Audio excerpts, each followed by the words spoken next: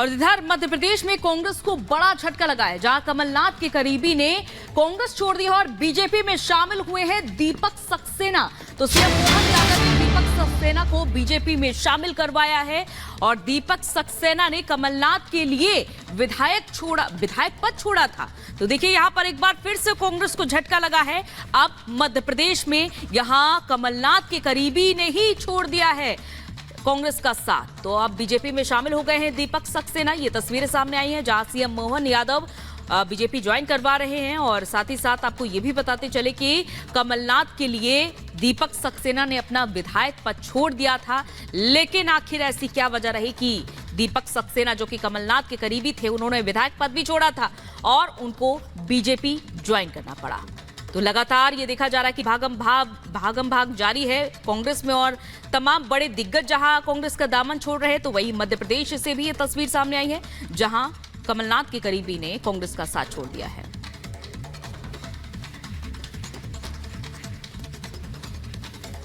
और अब बीजेपी अध्यक्ष जेपी नड्डा चुनावी प्रचार के लिए उत्तराखंड के हरिद्वार पहुंचे, जहां उन्होंने विपक्ष पर चुनावी हिंदू होने का आरोप लगाया है। देखिए पूरी रिपोर्ट।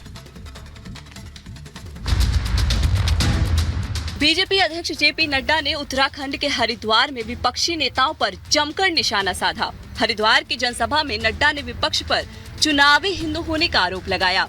नड्डा ने कहा कि साल में कभी मंदिर नहीं जाने वाले लोग चुनाव का समय नजदीक आते ही मंदिर जाने लगते हैं, चुनाव के समय धर्म का इस्तेमाल करने लगते हैं। वो कभी मंदिर नहीं जाते लेकिन चुनाव के समय मंदिरों के दर्शन करते हैं। ये ऐसे लोग हैं जो धर्म का उपयोग करने का प्रयास करते हैं। वहीं बीजेपी अध्यक्ष जेपी नड्डा ने सनातन विरोधियों को भी आड़े हाथों लिया। नड्डा ने कुछ राजनीतिक दलों पर सनातन का अपमान करने वालों पर चुप्पी साधने का आरोप लगाया कि कुछ राजनीतिक दल सनातन ताकतों के बारे में अपशब्द भी कहते हैं और टीका टिप्पणी भी करते हैं। बहरहाल 4 जून को चुनाव के नतीजे साफ करेंगे कि देश किसे 24 का चैंपियन बनाएगा। Bureau report, Republic Bharat. और इधर समाजवादी पार्टी के राष्ट्रीय अध्यक्ष अखिलेश यादव 7 अप्रैल को गाजीपुर जाएंगे और मुख्तार अंसारी के परिवार से मुलाकात करने वाले हैं। जैसा कि कुछ दिन पहले ही बांदा जेल में हार्ट अटैक से मुख्तार अंसारी की मौत हुई थी। देखिए पूरी रिपोर्ट। समाजवादी पार्टी के मुखिया अखिलेश यादव 7 अप्रैल को गाजीपुर का दौरा करने वाले हैं। अखिलेश यादव मुख्तार अंसारी के आवास पर दोपहर करीब 1 बजे पहुंचेंगे और परिवार वालों से मुलाकात करेंगे और मुख्तार अंसारी को श्रद्धांजलि भी देंगे। बताया जा रहा है कि अखिलेश यादव हेलीकॉप्टर के जरिए गाजीपुर पहुंचेंगे। आपको बता दें कि इससे पहले अखिलेश यादव की जगह धर्मेंद्र यादव को मुख्तार अंसारी के घर भेजने के फैसले पर एआईएमआईएम ने समाजवादी पार्टी के अध्यक्ष पर सवाल खड़े किए थे। एआईएमआईएम प्रवक्ता असीम वकार ने कहा था कि असदुद्दीन ओवैसी मुख्तार के घर गए, इससे अखिलेश यादव डर गए हैं, इसलिए उन्होंने धर्मेंद्र यादव को उनके घर भेजने का फैसला किया। वकार ने कहा कि अखिलेश यादव को खुद जाना चाहिए था। मुख्तार की मौत के बाद असदुद्दीन ओवैसी ने मुख्तार के घर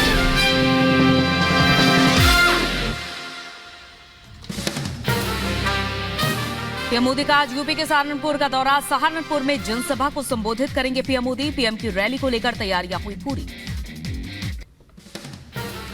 प्रधानमंत्री मोदी का आज अजमेर का दौरा। चुनावी रैली को सभा को संबोधित करेंगे। बीजेपी प्रत्याशी के समर्थन में करेंगे सभा।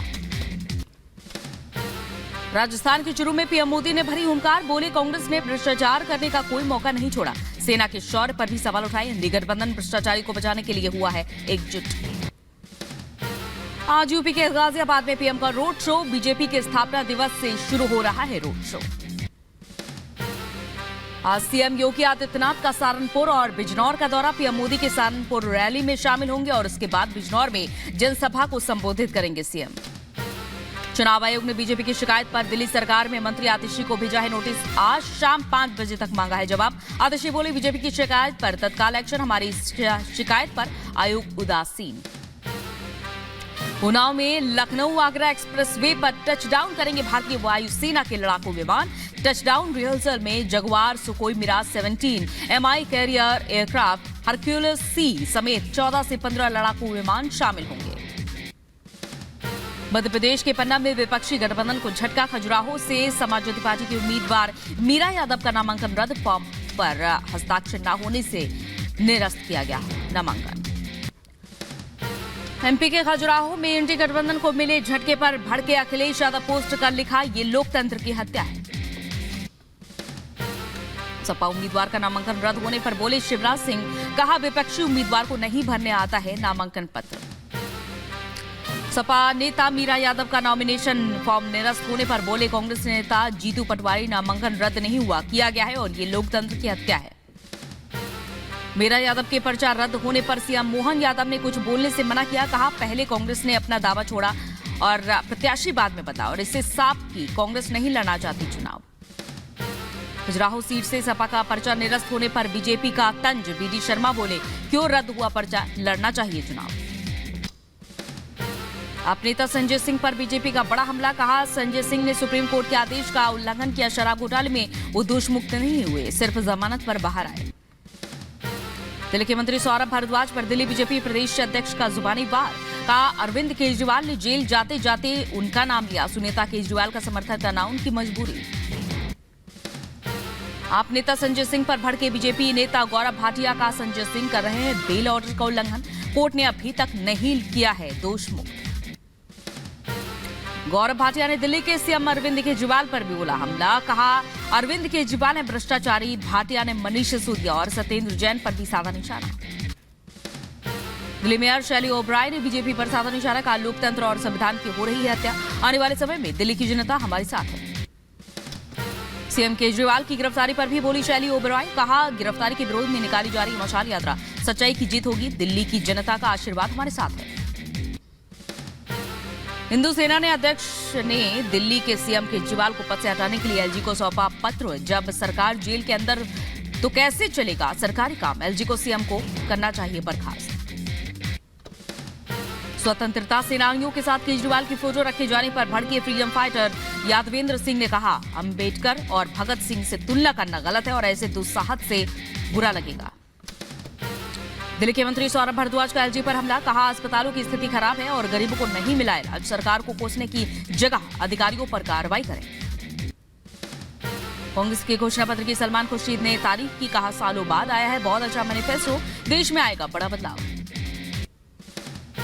कांग्रेस के चुनावी मैनिफेस्टो को बीजेपी का हमला। जयवीर शेरगिल ने कहा कटी पतंग की तरह दिशाहीन है घोषणा पत्र, लोगों की आशाओं को दरकिनार करने की बू आ रही है। कांग्रेस नेता पीएल पूनिया ने बीजेपी के विकास कार्यों को नकारा। कहा बीजेपी की कोशिश मुख्य मुद्दे से ध्यान भटकाकर कुछ और बातें करने की है और कांग्रेस के घोषणा पत्र पर जनता को विश्वास। यूपी के डिप्टी सीएम केशव प्रसाद मौर्य ने कांग्रेस के मैनिफेस्टो पर उठाया सवाल। कहा इससे बड़ा नहीं हो सकता कांग्रेस की झूठ का पुलिंदा। बंगाल बीजेपी अध्यक्ष सुकांत मजूमदार का टीएमसी पर हमला। कहा इस चुनाव में टीएमसी को मिली सीख, बंगाल में चलेगी भगवा सुनामी। ममता बनर्जी के पीएम मोदी पर दिए गए बयान पर सुकांत मजूमदार का पलटवार। का शब्दों से पता चलता है उनकी मानसिकता, हार के डर से दे रही है ममता ऐसे बयान। मध्य प्रदेश में कांग्रेस को बड़ा झटका लगा। कमलनाथ के एक और करीबी ने छोड़ा कांग्रेस का साथ। पूर्व मंत्री दीपक सक्सेना ने थामा बीजेपी का दामन। सीएम मोहन यादव ने स्वागत किया। महागठबंधन में शामिल हुए मुकेश साहनी इंडी गठबंधन के साथ चुनाव लड़ेगी वीआईपी पार्टी। आरजेडी ने दी 3 सीटें। साहनी ने कहा जब भी हम लड़ते हैं चुनाव एनडीए को होता है नुकसान। बीजेपी नेता शहनवाज हुसैन ने मुकेश साहनी के महागठबंधन में शामिल होने को बताया महाभूल। कहा दोनों के मतदाताओं को नहीं है एक दूसरे पर विश्वास। बिहार के पूर्णिया में जनसभा के दौरान पप्पू यादव ने रोने का उनका वीडियो वायरल हुआ। बोले मेरी पार्टी को खत्म करने के बाद मुझे किया जा रहा है अपमानित। लालू परिवार पर भी साधा निशाना। शिवपाल यादव ने बीजेपी पर बोला बड़ा हमला। कहा विपक्ष को खत्म करना चाहती है बीजेपी, विपक्ष के सभी नेताओं पर कार्रवाई की जा रही है। तो वहीं शिवपाल ने सपा में खींचतान की बात को भी नकारा। यूपी के मुरादाबाद में शिवपाल यादव पर केशव प्रसाद मौर्य का हमला। कहा वोट न देने पर चुनाव के बाद देख लेने की शिवपाल ने धमकी दी है। सपा चुनाव के बाद हो जाएगी साफ। हरिद्वार में सनातन विरोधियों पर बरसे बीजेपी अध्यक्ष जेपी नड्डा। कहा कुछ दल सनातन के खिलाफ बोलने वालों पर साथ लेते हैं चुप्पी और ऐसे सनातन विरोधियों को जनता का समर्थन नहीं मिलना चाहिए। एएमआईएम चीफ असदुद्दीन ओवैसी का बयान, सीएए एनआरसी का मकसद अल्पसंख्यक मुस्लिम को स्टेटलेस बनाना, तेलंगाना में जनता इसके खिलाफ देगी वोट। आरजेडी नेता मृत्युंजय तिवारी बीजेपी पर आरोप, जुमलेबाजी सरकार से बिहार की जनता बदला लेगी, बिहार ने ठाना बीजेपी को हटाना है, एनडीए को बिहार से झटका और फटका मिलेगा। जेडीयू नेता केसी त्यागी ने कांग्रेस पर साधा निशाना, कहा डूबते हुए जहाज की तरह है कांग्रेस, चुनाव जीतने का दावा हास्यास्पद है और पहले बने मुख्य विपक्षी दल के लायक। आरजेडी नेता तेजस्वी यादव का नीतीश कुमार पर आरोप, कहा महागठबंधन में राज्य का हुआ विकास, टूट के बाद हुआ पेपर लीक। बीजेपी पर तेजस्वी का हमला, कहा दम है तो अकेले चुनाव लड़के दिखाए पार्टी, 2024 में खत्म हो जाएगा जनता दल यूनाइटेड। टीएमसी नेता शत्रुघ्न सिन्हा का बीजेपी पर हमला, कहा असल मुद्दों से भटकाने की बीजेपी कर रही कोशिश, राम मंदिर, हेमंत सोरेन और केजरीवाल जैसे नेताओं को गलत उनकी गिरफ्तारी हो रही है। तमिलनाडु के सीएम एमके स्टालिन का बीजेपी पर बड़ा हमला, कहा बीजेपी आरक्षण और सामाजिक न्याय के खिलाफ, 2012 सत्ता में आई बीजेपी तो सामाजिक न्याय को दफन कर देगी। बीजेपी नेता मुरारी सिंह चंद्रवंशी ने खुद को मोदी का बताया हनुमान, कहा हनुमान डरता नहीं, लगाता है आग लंका में आग। बीजेपी नेता शहनवाज हुसैन का कांग्रेस पर हमला, कहा पार्टी में ना विचारधारा है और ना ही नीति है और ना ही नियत, जो देश से प्रेम करते हैं वो छोड़ रहे हैं कांग्रेस का हाथ। महाराष्ट्र के कैबिनेट मंत्री शंभूराज देसाई का संजय निरुपम पर बयान, कहा शिवसेना की कार्यप्रणाली के बारे में उन्हें अच्छे से पता है। बीजेपी नेता सीता सोरेन ने की पति दुर्गा सोरेन की मौत की जांच की मांग, संदेह स्थिति में हुई उनकी मौत, जांच से सब होगा साफ। सीता सोरेन ने जेएमएम पर उठाए सवाल, कहा शिबू सोरेन का पार्टी में नहीं है कोई महत्व, जेएमएम की सरकार पूरी तरह से फेल।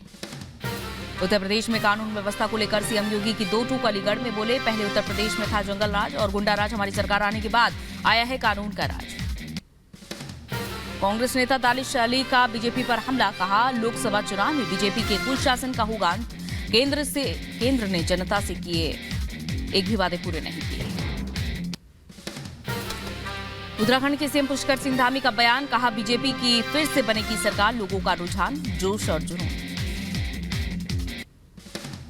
कांग्रेस ने उत्तराखंड के लिए स्टार प्रचारकों की लिस्ट जारी की, मल्लिकार्जुन खड़गे और प्रियंका गांधी समेत 40 नेता सूची में शामिल।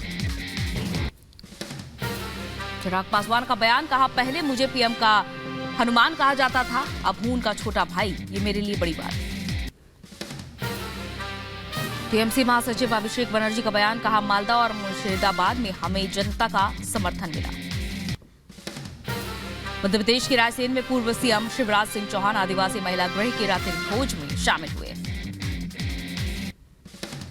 राजस्थान के जयपुर में मुख्यमंत्री ने चुनाव प्रचार किया, चाकसू में भजन लाल शर्मा ने रोड शो किया।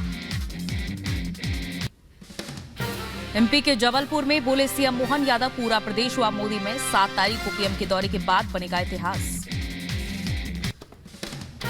यूपी की मुजफ्फरनगर में बीजेपी यूपी अध्यक्ष भूपेंद्र चौधरी बूथ सम्मेलन में शामिल हुए, कार्यकर्ताओं को दिए जीत के मंत्र। एमपी के शिवपुरी में केंद्रीय मंत्री ज्योतिरादित्य सिंधिया ने किया चुनावी प्रचार, विपक्ष पर किया करारा हमला। यूपी के एटा में बीजेपी सांसद एसपी सिंह बघेल का जलेसर विधानसभा में कार्यालय का उद्घाटन, काफी संख्या में अल्पसंख्यक कार्यकर्ता भी मौजूद रहे। दिल्ली वक्फ बोर्ड से जुड़े मनी लॉन्ड्रिंग मामले में आप नेता अमानतुल्लाह खान की बढ़ेगी मुश्किल, ईडी ने अमानतुल्लाह के खिलाफ राउज ने कोर्ट में शिकायत दर्ज कराई। 7 अप्रैल को यूपी के गाजीपुर जाएंगे सपा अध्यक्ष अखिलेश यादव, माफिया मुख्तार अंसारी के घर जाकर परिजनों से करेंगे मुलाकात। सपा अध्यक्ष अखिलेश यादव को अखिल भारतीय पिछड़ा वर्ग महासभा ने लिखा पत्र, कन्नौज से लोधी समाज के लिए मांगा टिकट। यूपी के गोंडा में पुलिस ने सपा के फरार नेता को गिरफ्तार किया, नगर पालिका अध्यक्ष उजमा राशिद पर सरकारी जमीन पर कब्जा करने का आरोप लगाया। केरल में दूरदर्शन पर द केरल स्टोरी फिल्म दिखाने पर बवाल, सीएम पिनराई ने कहा इससे बढ़ेगा सांप्रदायिक तनाव, वहीं केंद्रीय मंत्री वी मुरलीधरन बोले फिल्म को सेंसर बोर्ड से अनुमति मिली। मदरसा कानून को लेकर सुप्रीम कोर्ट की ओर से दी गई है राहत पर बोले ऑल इंडिया शिया पर्सनल लॉ बोर्ड के प्रवक्ता मौलाना यासूब अब्बास का कोर्ट का ये फैसला सुकून देने वाला है। छत्तीसगढ़ के रायपुर में बिजली वितरण कंपनी के परिसर में भीषण आग लगी, दमकल विभाग ने आग बुझाने की कोशिश की। उधर खबरों में आगे बढ़ते हैं। आग के इस हादसे के बाद छत्तीसगढ़ के सीएम विष्णुदेव साय वहां पर पहुंचे और जायजा लिया। छत्तीसगढ़ सीएम विष्णुदेव साय ने रायपुर आग की घटना पर दिया बयान। कहा कारण का अभी पता नहीं है, जांच के बाद आग का पता चलेगा। कर्नाटक के बेंगलुरु में आग का तांडव। आरटी नगर इलाके में एक इमारत में लगी आग। दमकल कर्मियों ने आग पर काबू पाया। बिहार के सीतामढ़ी में 2 गांव में आग की विनाश लीला देखने को मिली। 4 घरों में लगी आग ने कई मकानों को अपनी चपेट में लिया। 21 घर हुए राख। यूपी के महोबा में आग से हड़कंप मचा। मशीनरी दुकान में गोदाम में भीषण आग लगी। दमकल विभाग ने आग पर काबू पाया। यूपी की झांसी में मिक्सर मशीन ट्रक में लगी आग। ड्राइवर ने कूदकर अपनी जान बचाई। आग का वीडियो हुआ वायरल। हरियाणा के रेवाड़ी में एक फर्नीचर गोदाम में लगी आग। लाखों का फर्नीचर हुआ खाक। दमकल ने आग पर काबू पाया। हरियाणा की यमुनानगर में मिट्टी का ढेर गिरने से हादसा हुआ। हादसे में 2 लोगों की मौत जबकि 6 लोग गंभीर रूप से घायल हुए।